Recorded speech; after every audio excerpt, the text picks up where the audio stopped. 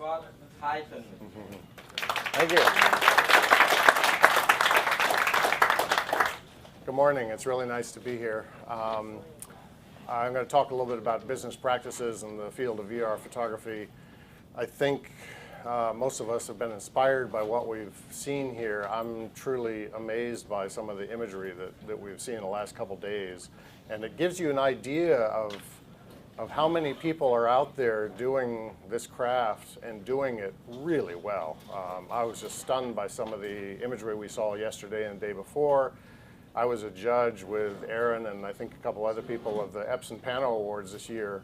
And it's pretty phenomenal to realize who's out there doing what kind of work. So we're all going to need to step up our craft a little bit after seeing that. And there are hundreds of other people out in the world that aren't here today also. We have a bunch of diehards. So I wanted to get a sense of got it? I wanted to get a sense of who we are here today. How many of you are professional photographers already? Good, that's the vast majority of you, it looks like. How many do this part-time or semi-professionally? Okay, that's good. How many are hobbyists, avid hobbyists at all? That's great. Hopefully this will apply to everyone, even if you're not, earning an income, a big income from your work today. What we're going to talk about is will help you in your planning, even just to support your hobby. How many are web developers or some other business? Good, good. That's a lot of you too. Anybody else? Anybody I'm missing who's here? Software developer. Software developer? That's pretty good. Okay, sorry. Didn't mean to leave you out there. Okay. So I'm just going to do a couple of industry figures to give you an idea of what your competition is out there. These figures are from the PMA and the Six Site folks. And in the US alone last year, there were about 110,000 full-time professional photographers, about 1.4 million part-time pros, and about 2.5 million aspiring pros. Photo enthusiasts, there are about 7.6 million. This is US only. And the total digital camera, the households that have digital cameras is 104 million. So that's just in 2011 alone. It gives you an idea of what you're up against when we're competing. Last year, and these are the best figures we can get from PMA and Six Site as well, Canon and Nikon sold 10 million units of digital SLRs last year. So again, all these people that are buying digital SLRs, they're not all pros, but worldwide, there are a lot of them, and they're all capable of shooting VR imagery today. Other brands, about 5 million. There are 100 million compact digital cameras sold last year alone. Okay, so we're talking some pretty big numbers here. In the professional arena, Do any of those numbers include cameras in phones? no, they don't.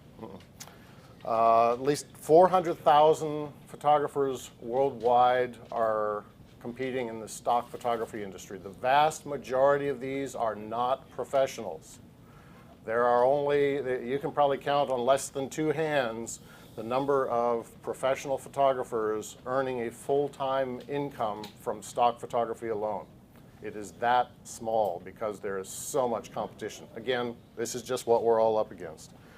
Best we can tell, last year alone, 3,000 to 5,000 VR pan heads were sold in the world. Okay, that's a lot of people shooting panoramas, right? Now, it may be that the 80 people in this room bought 3 or 4 each of these. I don't know, because we tend to be equipment people, but that may skew it a bit. So when you're setting up a business or when you're thinking about an existing business, you really need to clearly define what it is you're going to do. It doesn't work to just go out and say, yeah, I think I'm going to make some money, shooting photographs or shooting VR panoramas. So you really have to focus on what you're targeting. Who's your market? What services are you offering? What's your markets? What are the products that you're selling? Now, it's hard to describe a service as a product, but oftentimes we do sell products. If you're selling prints, if you're selling, a variety of other things, whether it's web development services or other products like that. You need to really narrow that down and figure out where am I comfortable? What is my passion? Because it doesn't do any good to be in any business unless you have a passion for it. We could all go out and sell widgets and might hate it. Why do that? You're going to be miserable. So find your passion, figure out a way to make a business out of it, identify your products, and go for it for there. Last thing we need to do is to figure out what we're going to charge. How many of you know what you should be charging for your photography? About 10 hands went up, okay? It's a very hard thing to do. We're going to go through the process of doing it. This applies to any business, not just photography. And finally, when you're figuring out what you have to charge to run your business, you also have to know whether the market that you're in will support that. Now, in terms of pricing, a lot of people say, well, how much does it cost? A lot of clients will say, how much will it cost for me to buy that photograph? Or how much will it cost for me to have you, come in and give me photographs? Because they think they own it. They don't. Things that people own are generally sold as a commodity. Okay, and those are the common things that you have, that are listed there. Lumber, gold, housing, autos, etc. They're sold by price for the product. Intellectual property is licensed, which means you pay for the usage of it. And intellectual property includes software, includes your copyrights, illustration, music. When you buy a CD-ROM or make a music download from iTunes Store, you're buying a license. You're purchasing a license to use that. You're not buying all rights and ownership to that piece of music or that movie on a DVD. So keep in mind, our business is a licensing business, not a sales business so much, or a commodity business. And the reason for that is that in order to earn a living as a photographer or a creative in any of these fields, you have to be able to develop a continuing revenue stream over your lifetime. And that means that the work you create today has to be able to make money for you tomorrow and next month and the years from now into your retirement. The other factor that is why we license imagery is that it is so easily reproduced. In this digital age in particular, I can make a copy of any photo by right-clicking on the web, and I've got an original or a digital equivalent of the original. I can make the first copy is just as good as the millionth copy. So if you're selling it as a product, as something tangible that people can own, it's unlike going out and buying a power drill. If I had a machine, or everyone in the world had a machine that could duplicate and copy that power drill as many times as they wanted without further cost, the power drill company would probably be licensing use too. Okay? It's the unique nature of our business, of photography, of illustration, of music, of this electronic publishing, that requires us to license in order to make that continuing revenue stream.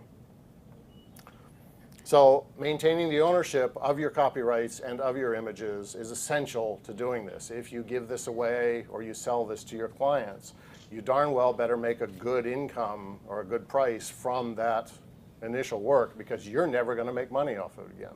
I know so many photographers that are living in their retirement or are making money off of photographs that they never thought would be of any value when they were younger. A friend of mine out in California is probably in his mid-90s right now. Back in the 30s and 40s, when he was a poor, struggling photographer, he would go out and shoot photographs of the various social events in town that were, just sort of, they weren't even enough to make the society pages. They weren't important enough of the newspapers back then. But he maintained the images. He'd sell a few prints, every once in a while a photograph would get published in a newspaper and it would be worth his while to do. But he maintained the ownership of all these images. Well, starting about 10 or 15 years ago, when he was in his 80s, he suddenly discovered that there was a fine art market for all these old photographs of these debutantes and whatnot, that people were paying thousands of dollars through galleries to hang these classic photographs of, you know, old social events, you know, in a big city on their walls. So never underestimate the value of the images that you're creating. Hang on to them. Maintain your rights to them if you can. And if you're not going to maintain your rights, make sure you get paid appropriately for them.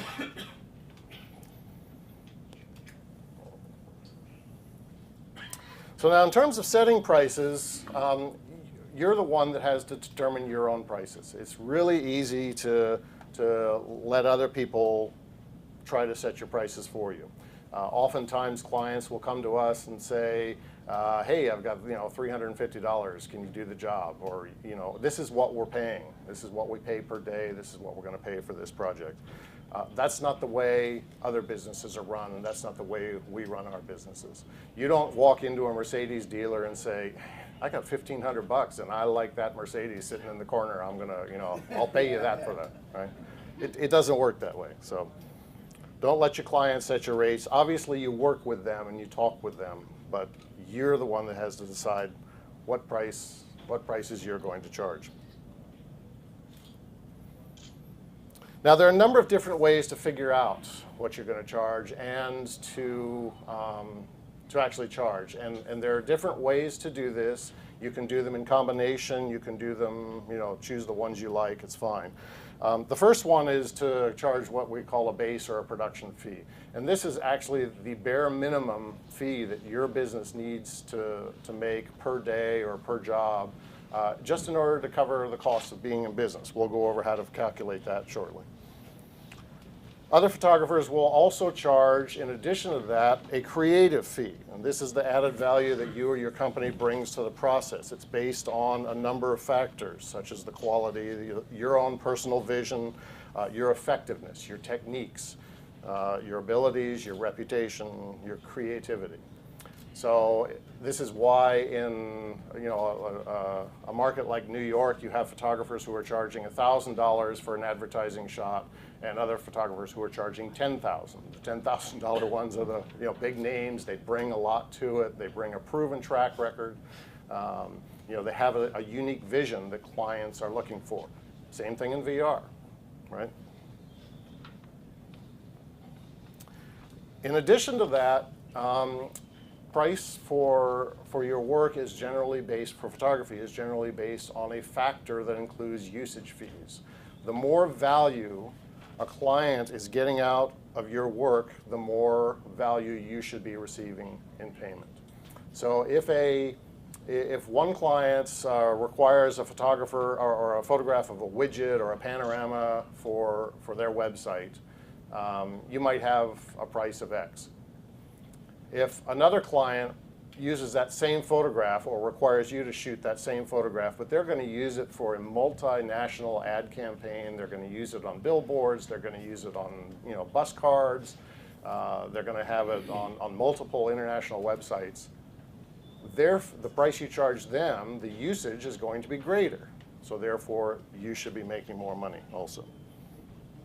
You don't charge the mom and pop store on the corner the same thing that you would charge Coca-Cola or McDonald's or Chevrolet or whatever. There's a different value that they're receiving based on who they are and how they're using it. A lot of times you'll have clients who have multiple uses that they want for images, or they don't know what their usage is going to be. That's the most common one. You know, you ask a client, well, how are you planning to use this? Because, you know, my pricing is based on the value provided or the usage. And they'll say, well, we know we're going to use it on our website for the next 3 months, but, you know, we may use it for the next year. We may do a brochure that we print up and, you know, hand out at the counters or send out to people. We have a couple of subsidiaries. They may need to use it on their website. We're really not sure. And so, you know, how do you price that? Well, one thing you can do is you can give, you know, unlimited use for a set period, like a year or 3 years or whatnot. Or you might want to break down each of those usages and have set fees for those. And usually most photographers will discount them. So if you bought the one usage, you know, the website use for 3 months only, That would be one fee. If you did the brochure use, that would be a different fee, but if you're combining them together, you don't charge the full rate for each of those. You bundle them into a package that's discounted. So again, to review, there are different ways that you can charge for your services. So you can do this base or production fee. You can do a creative fee, which is your reputation and the vision that you bring. You can add usage fees onto that. You can combine 1, 2, or 3 in any combination you want, which works in your market or for your clients and for your business. And then there's another one that I have tended to use over the last, 10 years or so, which is a day rate against usage. So basically what that does is if I'm going out to shoot a project for 3 days, I charge a minimum amount per day. It might be $1,500 a day or $2,500 a day, excuse me, to do that shoot. And then included in that is the $2,500 worth of usage. Or if it's 3 days, it's $7,500. So I get that minimum amount, they get the usage. If they need more usage, then they pay the extra. If they need less usage, they're still paying my minimum day rate that I charge for it. It gets a little complicated. You really have to know what your usage values are, but it's a nice balance between putting all these different fees on an invoice. I don't like generally to show all these fees on an invoice or an estimate. Clients look at every line on an estimate and they go, oh my God, you're charging me for this, you're charging me for that, you're doing a markup on supplies and all, and it tends to turn them off. So it's generally better to combine everything together and say, this is my fee for the shoot, or this is my daily rate, if it's a multiple day shoot. I still charge a day rate, although a lot of photographers criticize that, because I don't ever want to get stuck on location or on a shoot and something goes wrong and I've quoted a flat fee. Because if I'm stuck there, if there's construction going on and we're not able to shoot that day, or the rain is killing us for 2 or 3 days, I'm having to eat the cost of sitting there. I'm not getting paid for that. I'm not working for other clients. So I like to charge a per day fee, and often I'll do like a half day rate for delay days that are out of my control. So if I charge $1,500 a day for a shoot, and we're rained out, there's nothing we can do for 2 days, I'll just charge $750 per day for those days, and that helps the clients out a little bit. So in addition to these various creative and production fees that you charge, you also want to charge your direct costs. And a lot of these you'll want to do with markups. Whoops, let's go back to those. Not everybody does it. I don't like doing markups on direct costs of things. Back in the film days, I always marked up film because there was a cost involved in buying the film and testing it, making sure it was all good before you went out on a shoot. So I just did it was probably about a 50 to 100% markup on that, because I'd wind up with extra film done when the project was over that I may or may not be able to use on another project. I tended to not do markups on travel and things because I didn't feel that was fair to the customer. A lot of photographers do.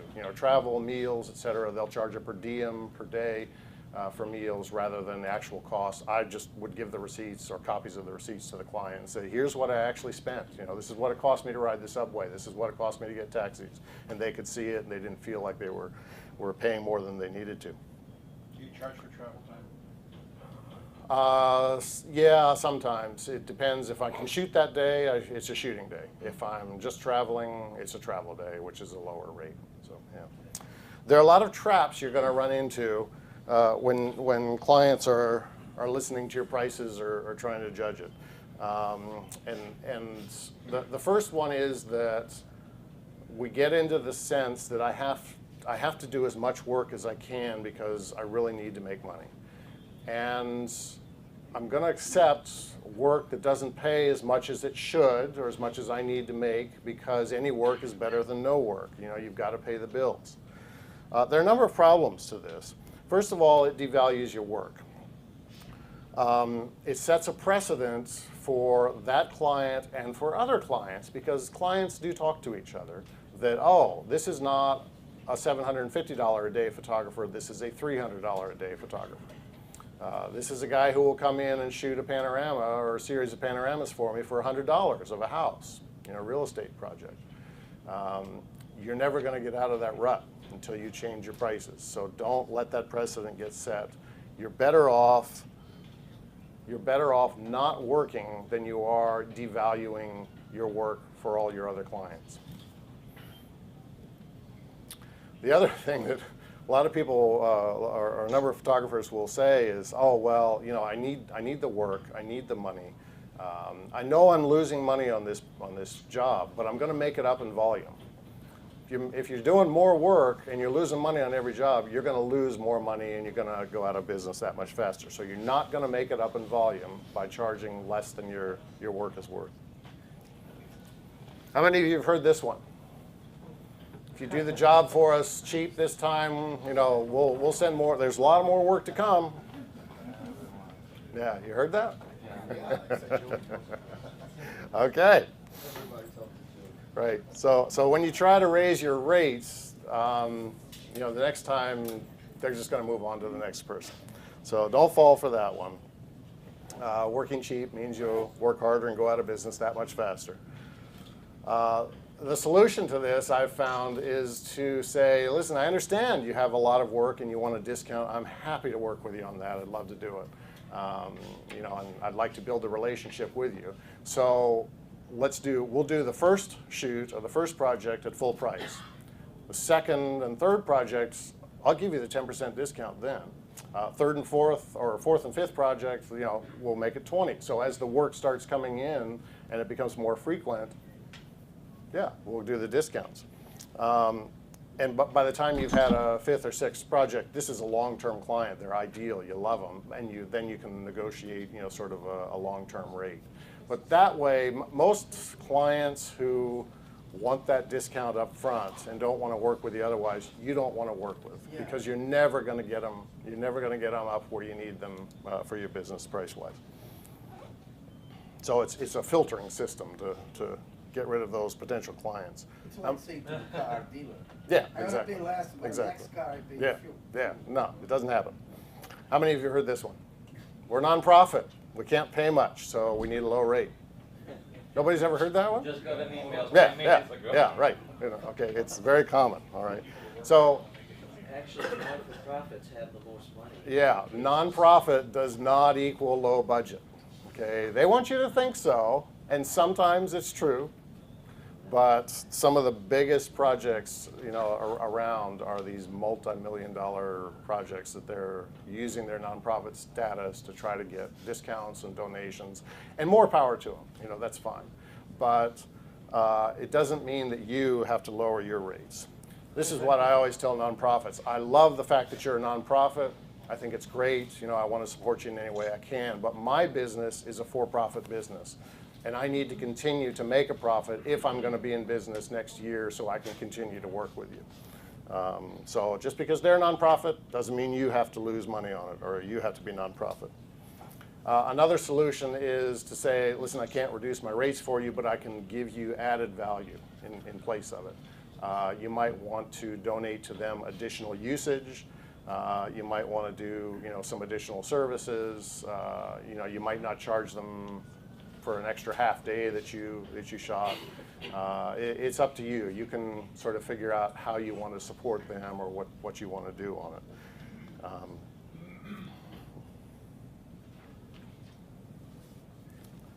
How about photo credits? Hey, you'll get lots of exposure. We'll give you a photo credit. Millions of people will see your name. Okay? Yeah, right. Great. My work always requires a photo credit. I think Ayrton mentioned this the other day. His does the same. It's like, that's not an argument for me. If you're hiring me and you're going to use my work, there's going to be a photo credit on it, and there's going to be a link if it's used online to my website. And in Brazil, it's a law. Is it? Yeah, it's a law. So clients cannot offer. Okay, a law. it's not a law in the United Yeah, States. in New Zealand, you don't know, but nobody Yeah. follows the law. And there are exceptions to this. A lot of advertising usage will not, absolutely will not do photo credits. So, you know, in that case, you're charging more because you're not getting a photo credit, but it's something that's already included. The other argument is, that's great, I love photo credits, they're required, but, you know, when I go to pay my mortgage or my, you know, lease on my car or, you know, for my groceries, I can't go into my bank and say, hey, you know, I can't pay my mortgage this month, but I'm going to give you a photo credit in the next shoot I do, okay? They're going to laugh, you know, obviously they won't do it. So You're going to be driving your car Yeah, around and yeah. saying, "Oh, my friends." there's a lot of value to photo credits, but it doesn't pay the bills, so don't fall into that trap. So there's a basic business formula. It's very easy to remember. Income equals revenue minus expenses. This is how we get into what you charge for your work. Okay, keep it in mind. So now we get into figuring out what your cost of doing business is. So the expenses in that formula of you know, income are your cost of doing business. And what you need to do, this is very simple. Actually, the sheets on your seats there have a format that you can do. You can do it in an Excel spreadsheet. You can do it on a piece of paper. But what you want to do is to add up all your fixed costs for a year, or your expected fixed costs for a year to run your business. Then you estimate the number of billable days you're going to be working. That means days that clients are actually going to be paying you for the work, and you divide the first one by the second one to figure out what your minimum rate is going to be, or needs to be in order to make money. On the vrphotography.com website, we have a free calculator for figuring out your cost of doing business. It's a free download. Nothing is tracked. It's all on your computer, so you can enter any numbers you want. There have to be dozens, if not hundreds, of these elsewhere on the web. Any of them are pretty good. I think National Press Photographers Association has one that's pretty good also. They're available for almost any business you can imagine. So get one and play with it. The one that we have on the vrphotography.com website is basically set up for VR photographers. And it's pretty simple. There's a list of fixed expenses, like, you know, your accounting, your advertising budgets, I can't even read my own stuff here. You know, your equipment, your travel fees, everything that you're not being reimbursed for directly by a client, your rent, your utilities, all that. And so basically you enter the numbers, you add them all up, and then you get a total. Now, within that total, it's important also to remember to include your salary and profit. How many people know what the difference between salary and profit is? Just raise your hand. It's a hard one. Okay, we all think, oh, my salary is what I have at the end of the year after I've paid everything off. That's not it. The salary is what you pay yourself, what you commit to paying yourself to be in business. That has to be an above line item in your expenses, because if you don't include it there, you're not going to get it. You're not going to get paid. Okay. Profit is the money that you have. I'm sorry, are you signaling me? Okay.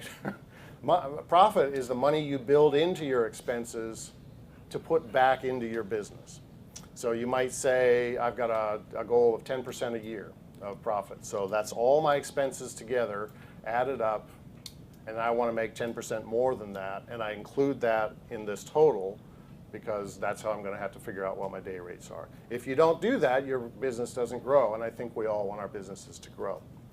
So make sure you include profit. It could be 5%, it could be 1%, it can even be 0. You know, if you might not have a great year and you're going to have to not make profit, but if you want to include that, or you want to be profitable, you're going to have to include that in your calculations. So make sure you add those. The next page is just a way to figure out what you're going to charge for the various different kinds of photography you do. We have the VR photography calculator set up so that you can have different rates for different kinds of work. Editorial work might be, one rate, and advertising might be another. Your VR panorama work might be a different rate. And so basically you can enter into those the numbers that you think you want to charge without knowing what your expenses are. You can say, okay, I want to get about $500 a day for editorial, or $600 or whatever, but I want to make $2,000 a day on advertising. And then you enter the number of days you expect to work. This is really hard if you're just starting out because you don't know much of these, so you have to estimate it. Once you've been in business for a year, then you have a track record to go on. Your first year that you do this, your estimates may be way off, okay? Adjust them the next year, and do this regularly so you stay on top of where your business is or your hobby is. You need to know how much your hobby is costing you, and so that you can afford to continue keeping it going. Once you've done that, down at the bottom, it'll actually tell you based on your expenses what your actual minimum rate should be, based on the number of days you're expecting to do. Play with it, have fun, download it, do what you want with it, but it's there for you. And do use one of these. You also want to think about a business plan. Now there are books, hundreds of books, that are available on how to write a business plan. We're not going to spend time doing it. For the most part, formal business plans are only needed if you're going to a bank for a loan, or you have investors, that you're trying to get money from. They want to see what your plan is. You can be much less formal if you're not doing that, if you're, financing your own business. But you still want to go through the exercise of saying, how am I going to market things? What expenses am I going to have? What income do I know is coming in? What do I have to do, to make the minimum amount to make my business viable? And you want to do that in 6-month goals and 1, 2, and 5-year goals. And then you want to review and update this regularly. It's not going to be accurate the first one you do. Things are going to change. You're going to be disappointed. You're going to be elated. You're going to get more income than you thought, or you're not going to get the clients that you hoped you would, or it takes longer to get them. Keep in mind that, 90% of new businesses fail in their first year. Something like that is the statistic. Try not to be one of those by planning. Plan ahead. So keep in mind what your ongoing fixed costs are. Is there income you can count on that's from outside your business, or even from your business? Do you know, starting your business, that you've got guaranteed income from a client or a contract that's going to be coming in? And finally, do you have reserve funds available? Do you have a bank account that can support this and support you while you're getting things started? Or if business just dies, you might have been in business for 15 or 20 years, and if suddenly your market dries up, do you have reserve funds available somewhere?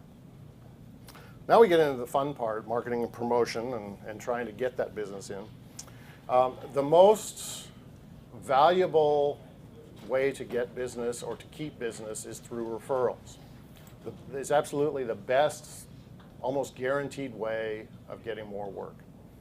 If you have a client who you did a great job for, they're happy with your work, or they're just impressed somehow, try to get them to refer you to other clients like them, or people, if it's an ad agency or if it's a corporation, say, is there anyone else? I loved working with you. Is there anyone else in your company that I should be talking to about doing some additional work? Having someone else talk about you positively is about it's the highest return you're ever going to get on all your marketing. So try to milk that. Try to take advantage of that any way you can. How many of you have a website? Your own website? Okay, looks like a good majority of you. If you're in business, today you've got to have a website. It's just all there is to it. And make sure it's a website with a dedicated URL, a URL that means something. You can register URLs, for $5 or something today per year, GoDaddy or whatnot. And make it a URL that makes sense.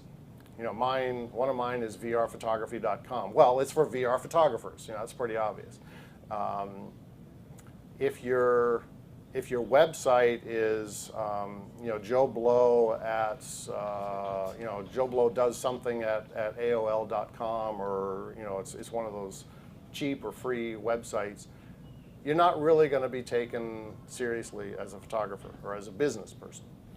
So go ahead, register your own website. If you have somebody else develop it for you, that's fine. Or if you do it yourself, that's fine. But make sure your presence on the web is something that people are going to remember, that they will associate with you or your company.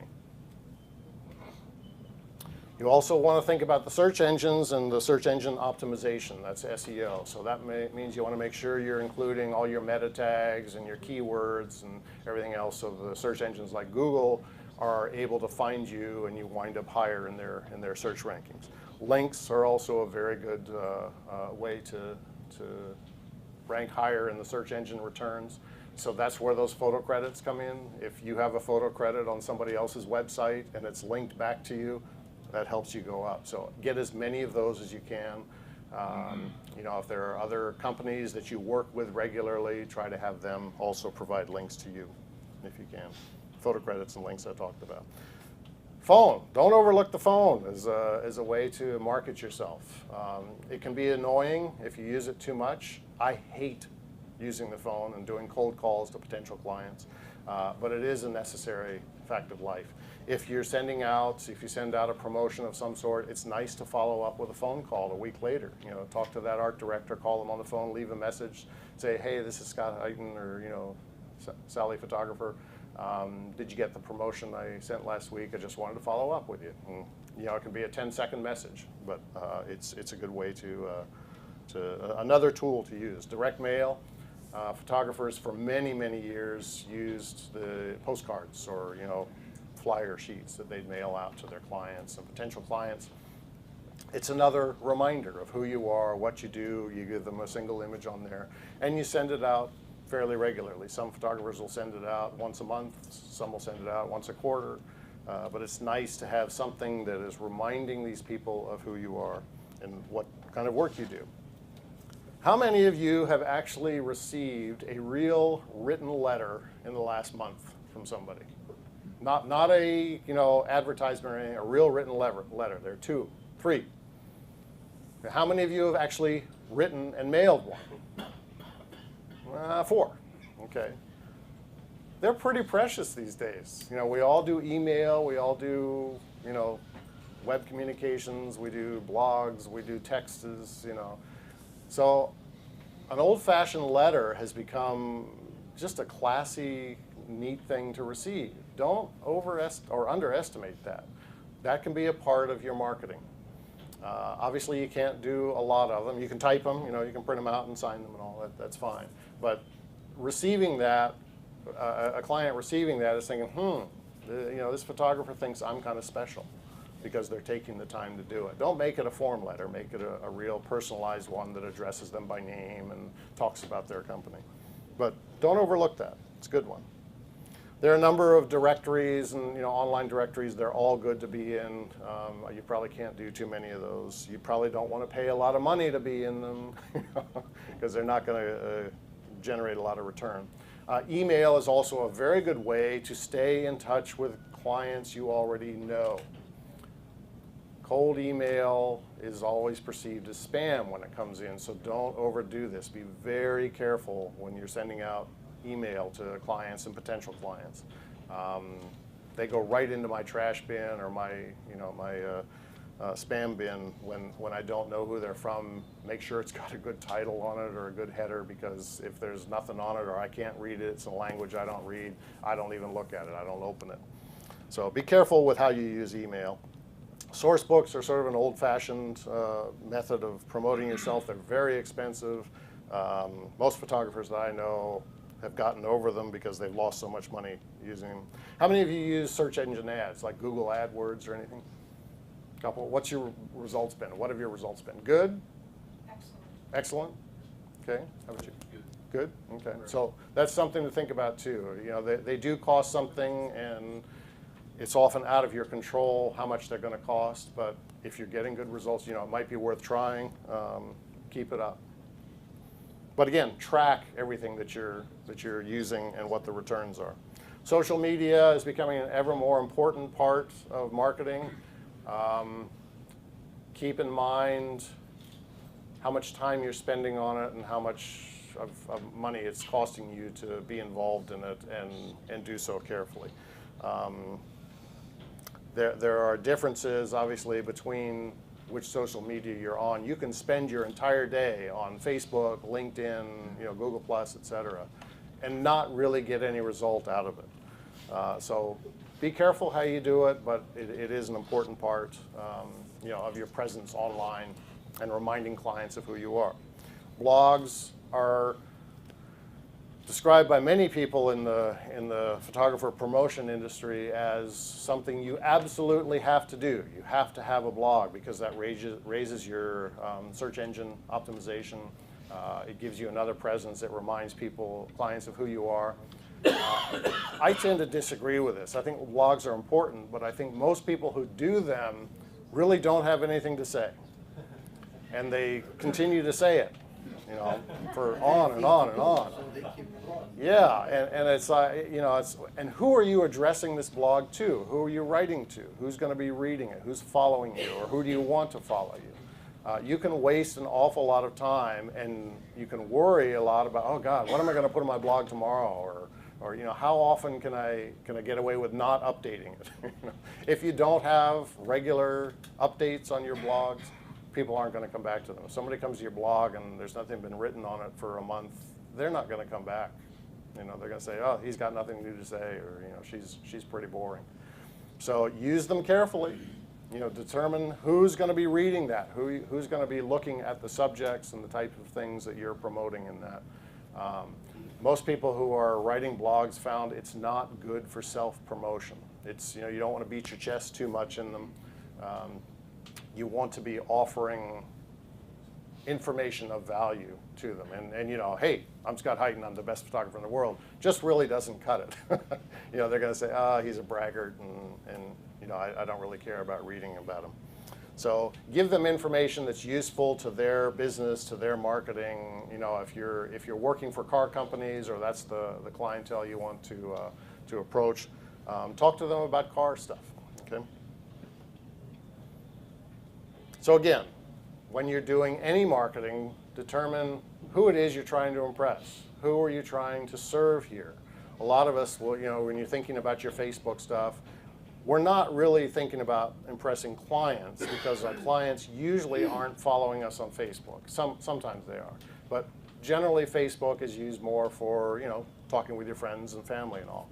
And they're always going to be impressed with the photographs that you put up, and say, oh, it was the most beautiful picture I've ever seen. Please send more. And you want to do that, but how much time are you going to spend with no return? Your family isn't going to be hiring you unless maybe you're Thomas, who has, I think, Thomas, you said your brother was, advertising agency exec.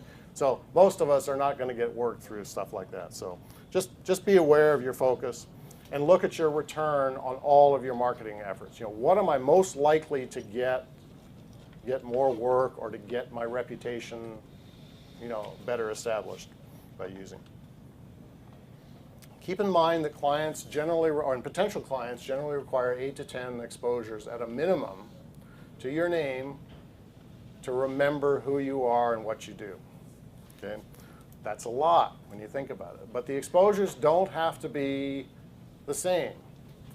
A postcard that you send out which has a beautiful photograph on it, that's one exposure to your name. The phone call that follows up, or the message that's left on the phone the next week would be a second one.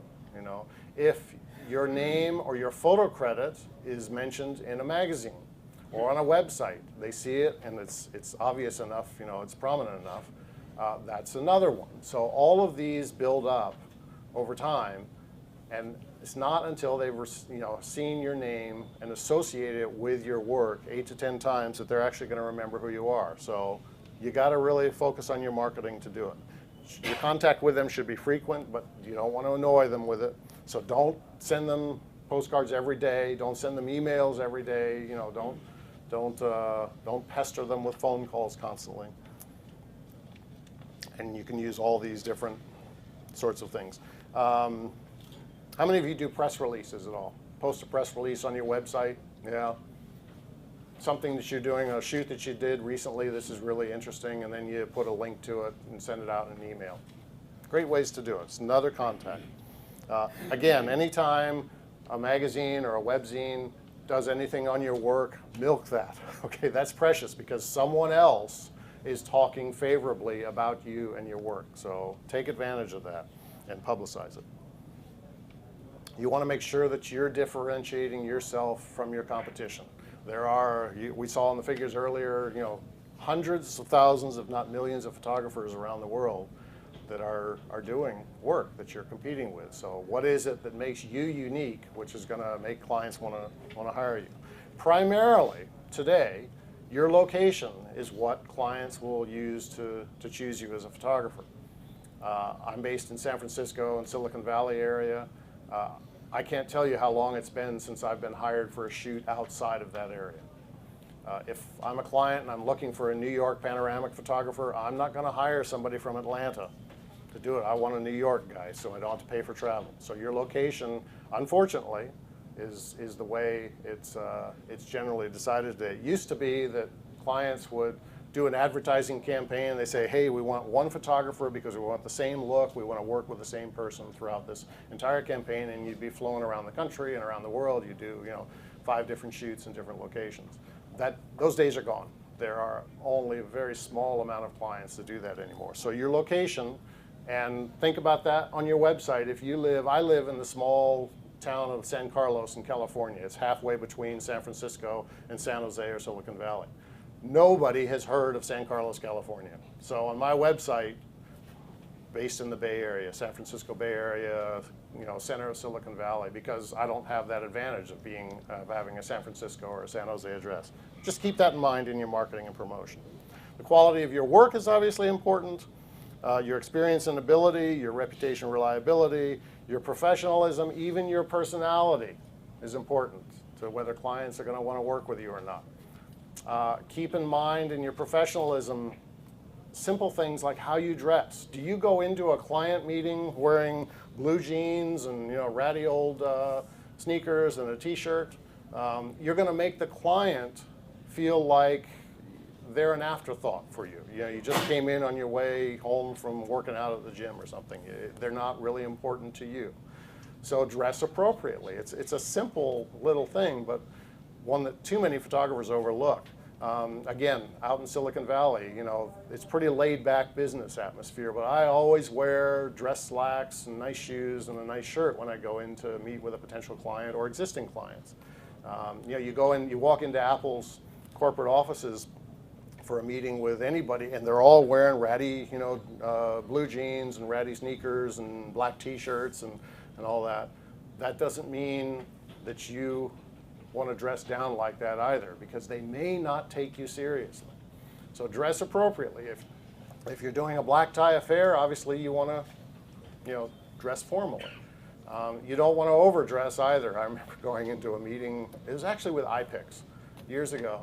And I wore a coat and tie because they were an East Coast company, and they were relatively unknown to me. Their corporate culture, but I knew their CEO was a bigwig that'd come from Philips or something.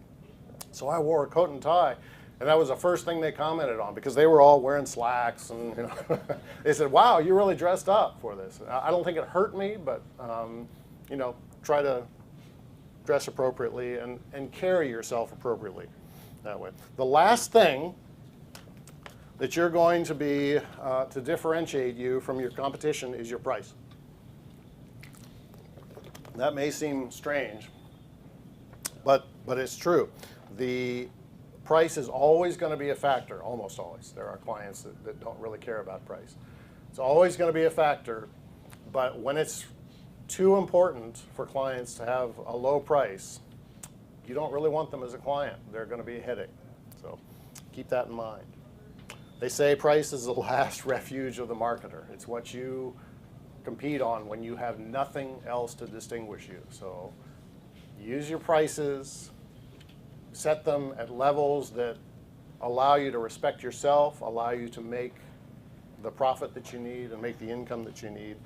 Don't fall into the trap of saying, Yeah, I'm going to do the work because it's the only work I can get right now. You're going to be out of business soon if you underprice yourself.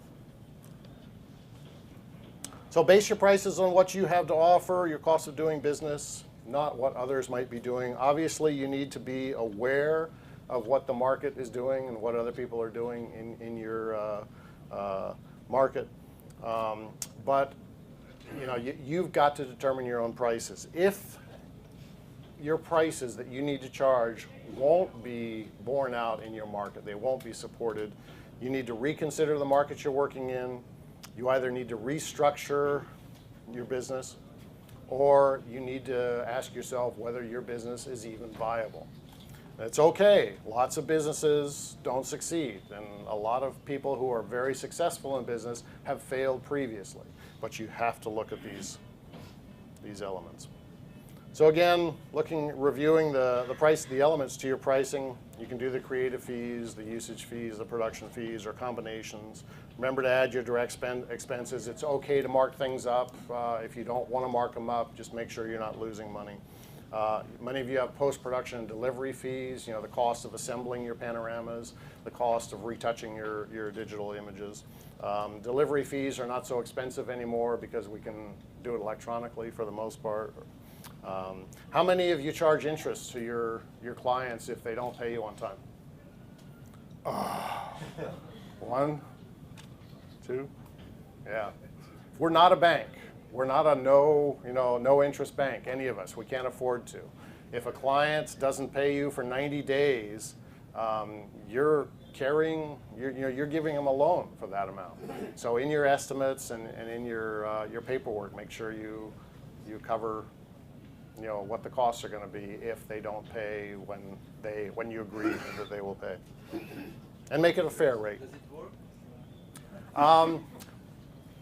That's a good question because I always include it in my paperwork, and a lot of times you can't get it out of them, but it works when you call them to say, hey, do you know your payment is late and you're incurring interest charges? I know a lot of photographers charge, there's a 30-day net due. So after 30 days, it's 1.5% per month interest rate, and then, it's like 45 days later, you still haven't gotten a check, and you call and say, oh, well, we're in the middle of a billing or a payment cycle, so it'll be in the next, 30 days. So now you've given them a loan for 2.5 months, okay? So what I do, and you're welcome to do this if you want, is I have all my invoices are 10 days net due. I'm not going to get paid in 10 days. I know that, okay? But that means on the 11th day, I can call somebody. I can call the client, or I can call the accounting office or whatnot and say, your payment's late. What's going on? How can we get it taken care of? And then when you tell them, oh, interest rates are, or interest is starting to incur, then it's amazing how quickly they get on that. And your client, the art director, or whoever it is, will call accounting and say, hey, what's going on with this payment? It's going to start costing us more. And you can usually get paid within 30 days because you're pressuring it. You have a reason now to pressure them. So I generally get paid within 30 days. I also charge, I think like Ayrton was saying yesterday, you charge an advance fee. So every shoot has to have 30% or 25% or 50% paid in advance before you even leave the door. That way, if you don't get paid the rest of your invoice after you submit it, you at least have something in the bank that's covering your costs. You can decide whether you want to itemize your expenses and all these fees, or whether you just want to charge a flat rate for the shoot. That's up to you. There are a lot of different approaches to that as well. Is there a question? Do you hold up delivery of your work product?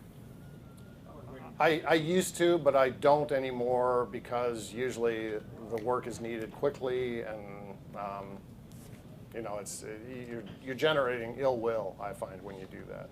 So I'll usually deliver it unless it's a project that you haven't gotten any money for some reason, and you say, listen, I've got to have a check or some payment before I can deliver something to you. Paper trails, we all need to have paperwork. Very good quote to remember: verbal agreement is not, or is worth only Thank you. We'll try to move it on. The paper it's written on, which is non-existent. Okay. There are 4 types of paperwork that I usually use. The first is an estimate you send to a client up front. Usually there'll be a number of changes that have to happen to that. You change usage, you change the fees, the number of days, etc. Once you get all that figured out, then you send an assignment confirmation, which looks just like the estimate. It's just it says assignment confirmation at the top, and there's a signature line on the bottom. If you don't have that, I don't start a job until that's signed. And they can fax it to you, they can email it to you as a PDF, they can even give it to you the morning of the shoot, but the job does not start until that's signed. And you tell them that, and now you have something in writing with a signature that clarifies what your agreements are. Invoice follows after the job with all the changes that might have happened, extra days, fewer days, etc. Delivery memo, we don't do so much anymore because we're not worried about lost slides or lost film that the client loses. But we're delivering electronically, but it's a 4th one. There are examples of all of these on the vrphotography.com website, so you can find them there. Now we get to negotiation, which is fun. Okay, I think it's fun. Negotiation is something that a lot of people worry about, but it's a process that we do every day.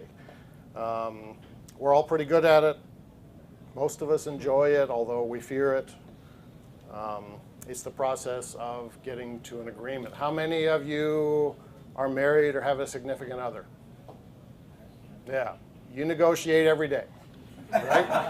And it's simple things. It's not a hard thing. It's like, never get paid. Hey, honey, where are you, where do you want to go for dinner tonight? Or what time do you want to eat? Or what do you want to have for dinner tonight? Oh, Chinese sounds good. I had Chinese for lunch. Let's do Mexican and whatnot. There's a negotiation process that goes on, and you come to an agreement. It's pretty simple.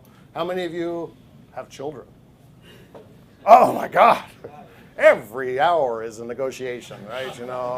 What's bedtime? Every 5 minutes, What's bedtime going to be? What's, how many peas are you going to eat before you get to have dessert? There's constant negotiation that goes on. Sometimes it gets a little irritating, but we all do it. We're all pretty good at it. Don't fear it. The successful deals are always win-win, where both sides feel like they have come out with what they want. Strive for those. They're not always going to happen, and the person on the other side of the table is not going to be looking after your interests necessarily, so make sure you're looking after them. It requires being willing to listen, hearing what your client or the person on the other side of the table wants or needs or has to have, and coming up with creative ways to make it happen for both of you. We're creative people. Use that in your negotiation solutions as well. When you run into clients that aren't willing to work with you for win-win, the most powerful tool you have is the word no. If you can't afford to walk away from a bad deal, you're never going to negotiate a good deal. This is the mantra of most people in photography and successful photography businesses, in most business. If you can't say no, or you're not willing to say no, you're never going to be able to get a deal that works for you. It'll always be working for the person on the other side of the table. So keep that in mind. No, I can't do that. I'm sorry. Here's another solution. Here's what I can suggest. I want to open this up while we have a little bit of time before we do questions to discussion. I think we often learn from each other by talking about things. If you can turn the lights up somewhere, that'd be great, just so we can all see each other. And it's, we can talk about pricing, we can talk about other things and all, but I wanted to know from you all, how many of you, I think we know how many actually have your own websites. How many of you use other websites to display your work? So you're on 360 Cities, or you're on whatnot. Okay, so about a third of you. Which ones are you using? 360 Cities. How about Worldwide Panorama? Yeah. Others? Tourists. Okay, good. All right. Airfunnel.com. Airpano.com, that's right, that's good. Beautiful work, by the way. How many of you are using social media and publishing your work on social media? Whether it's Facebook, LinkedIn, etc. Okay, it's a good portion of you. You getting good results with that? Or is it just sort of a satisfactory way to stay in touch with people? Okay, does it actually translate into paid work? Does it? Okay, you're a rarity, I think. Okay, how about LinkedIn? A lot of people getting connections in LinkedIn. I'm on all of them. Yeah, okay, all right. Yeah, Ayrton does a lot. Some people don't sleep, and I understand. I know a number of photographers that do that. I like to sleep at night and spend time with my family, so I tend not to dump too much time into that. But how many of you have blogs? You generate work from those? No? What return do you get from those?